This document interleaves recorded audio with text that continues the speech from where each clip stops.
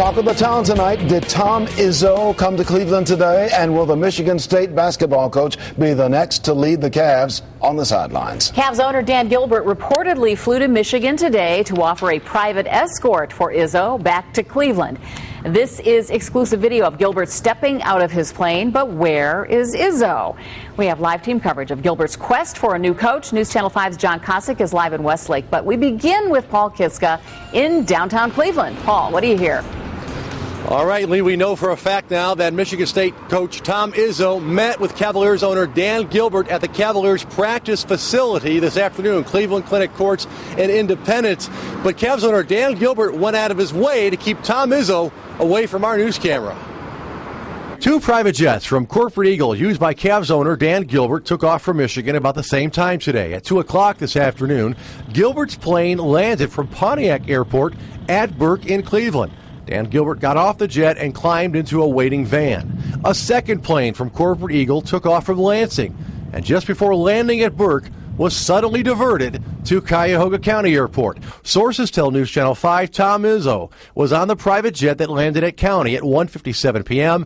and that the plane was diverted because of a news camera at Burke. Despite this extreme secrecy by the Cavs, fans are talking about Izzo being in town. At the Winking Lizard Sports Bar in downtown Cleveland, most fans said college coaches are used to recruiting high school kids and don't have the experience to handle million-dollar egos. Personalities that come with NBA players and the contracts and stuff like that. College, I mean, you look at like Lon Kruger, Leonard Hamilton, all of the big-name college coaches that have jumped up in the past decade, and they all kind of flopped. The experience of a coach you need, like I think Mike Brown got out-coached by Doc Rivers, so I think you probably need a more experienced coach to make it in the league now. All right, so once again, Tom Izzo was at the Cavaliers practice facility this afternoon. He certainly isn't afraid of Cleveland or Northeast Ohio winter weather. He grew up in Iron Mountain, Michigan. That's in the UP, where they get 200 to 300 inches of snow a year. Reporting live from the Q tonight, Paul Kiska, News Channel 5. Thank you, Paul. Of course, rumors and speculations are running rampant if Tom Izzo will be the next Cavaliers coach. So will Izzo be the next coach? And if so, how will that play into the free agency talks with LeBron? Sports director Andy Baskin is here with his take on the coaching sweepstakes. At least the Cavaliers are admitting that he's in town now. So Cavaliers owner Dan Gilbert is courting Michigan State head coach Tom Izzo around Cleveland today on a job interview like none other.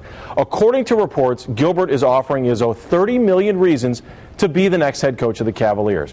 But what would the hiring of Izzo mean to the Cavaliers and, more importantly, to the future of LeBron James?